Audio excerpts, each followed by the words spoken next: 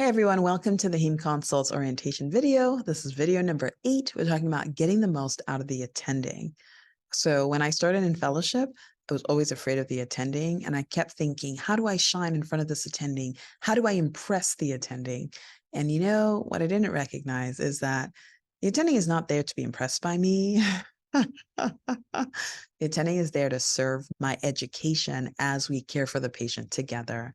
I'm helping out by seeing patients and by gathering all the primary data and coming up with a primary plan of management. And they're helping me hone my thinking skills as a hematology consults fellow.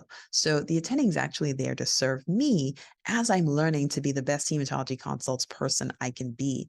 And so it's a different way to look at the attending, but I want to invite you to think about 7 ways that you can get the most out of the attending. 7 ways that you can get the most out of the attending. Okay. The first thing that's important is clarify their goals and expectations from the beginning. One of the things that's quite frustrating to many of the fellows is that every week there's a new attending and every attending has a different way of doing things. So yes, it can be quite frustrating unless every time you have a new attending, you sit with the attending and say, can we clarify your goals and expectations for me this week? How do you want me to handle calls in the middle of the night? When do you want me to call you? When would you prefer I don't call you?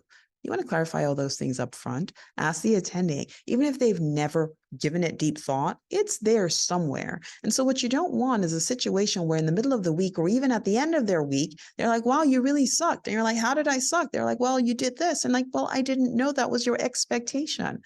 And so you want to avoid that. You just want to upfront. That's your job. Every time there's a new attending, say, I would like to sit and talk about your goals and expectations for this week. So make sure you take the leadership in doing that, even if the attending doesn't do that for you. Okay. What else can you do to get the most out of the attending? Well, you give them your own expectations as well. Yeah, absolutely. So, yeah, the attending has their goals and expectations for you. You should have goals and expectations for the attending as well. So, maybe more expectations than goals.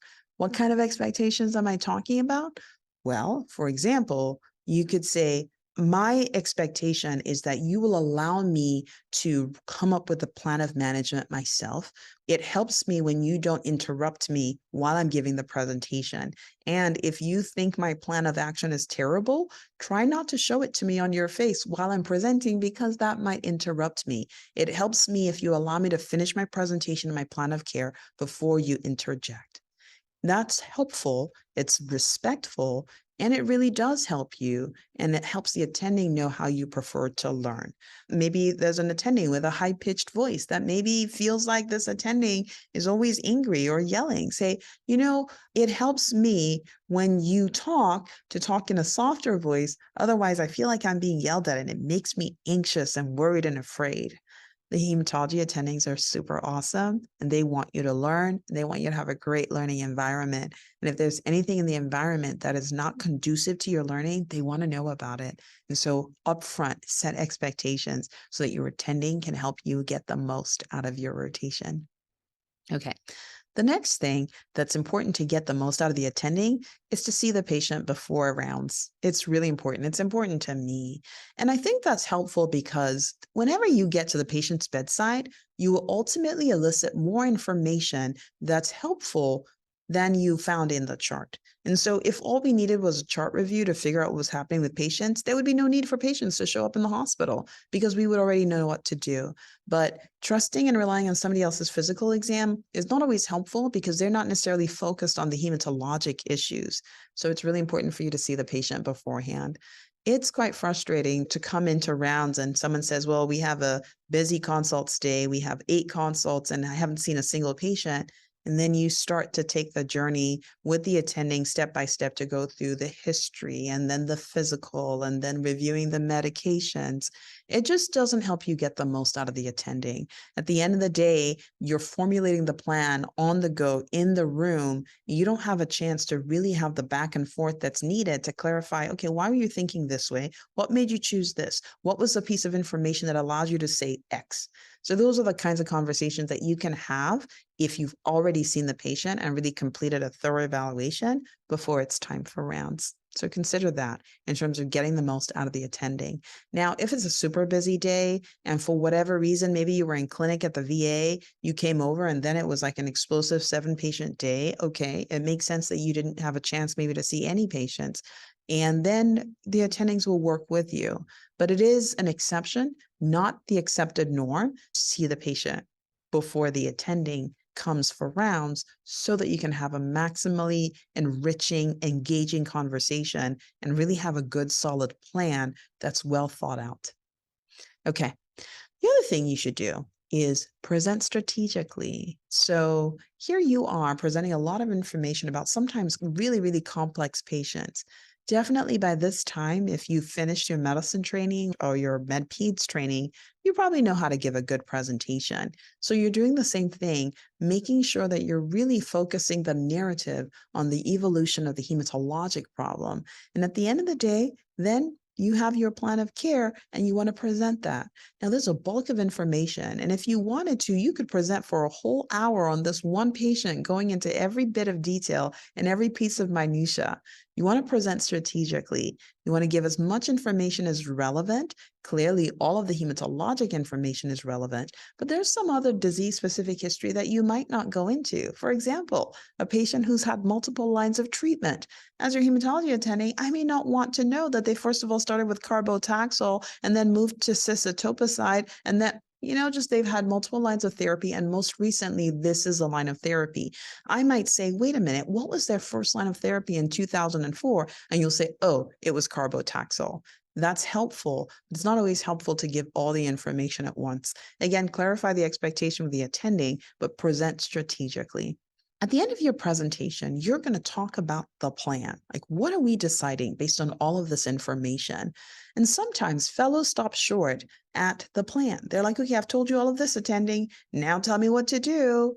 And really, it's helpful for you to commit to a plan and to express that plan to the attending. It's important because part of your learning on this service is learning to be your own independent hematologist, even if you'll never be a hematologist. You still really do need to go through the motions of committing to a plan because, in a sense, you're forcing yourself to really think through the issues that are important. And then when a patient that's similar comes up again, you know exactly what to do. And part of that is committing to a plan and owning it, saying, this is my plan. It may be wrong. It may not be the one the attending would choose, but this is my plan. And then that brings me to the next thing. You have a plan, lay out how you got to the plan. Make your thought process explicit. It's not enough to simply say, well, let's start the patient on apixaban. Well, why did you decide apixaban? There are a couple of other blood thinners. What did you consider that made you choose one blood thinner over the other? There are a couple of things that are important for you to make explicit as you're talking about your plan for the patient. It helps because then the attending sees your line of reasoning, sees your logic, and considers things that maybe they wouldn't have considered before. Or they might say, yeah, that's not the right way of thinking. So yes, this patient might benefit from apixaban, but as you can see, the antiphospholipid antibodies are triply positive. Therefore, warfarin may be the best agent for this patient. But if you don't lay out your thought process, then you're not able to get the kind of feedback that you need. Okay. The other thing I think is helpful to get the most out of the attending is don't settle for one right answer. Don't finish the presentation and then the attending says, oh, yeah, let's put in an IVC filter. Don't settle for one right answer because you know what? In hematology, there's usually not one single right answer because a lot of it is nuanced depending on the patient's presentation, depending on how they tolerate our recommendations, depending on what kind of support they have, how quickly they can get outpatient follow-up.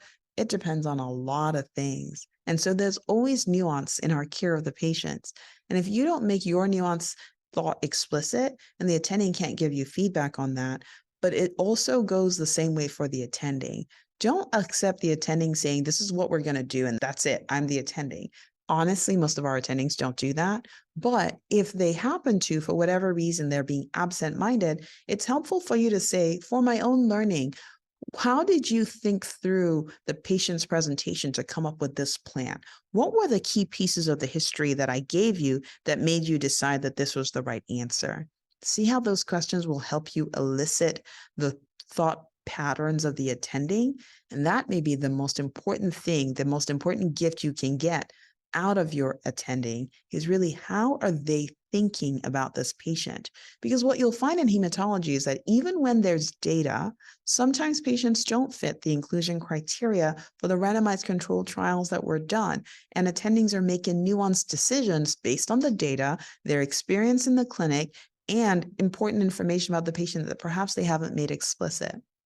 And so when you ask the attending to explain for you how they came up with their own plan, then they actually have to go back to thinking about their own thinking, and then they can make explicit for you some of the things that they're thinking that are nuanced that perhaps they hadn't expressed before.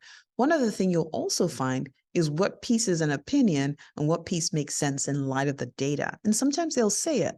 They'll say, Rivaroxaban probably is okay for this patient, but I'm a little bit worried that it won't be enough. And they may not have words to it. You want to know. You want to know when the attending is expressing an opinion versus when it's really based on objective data. And that's how you know by asking the attending to really lay out their thought process.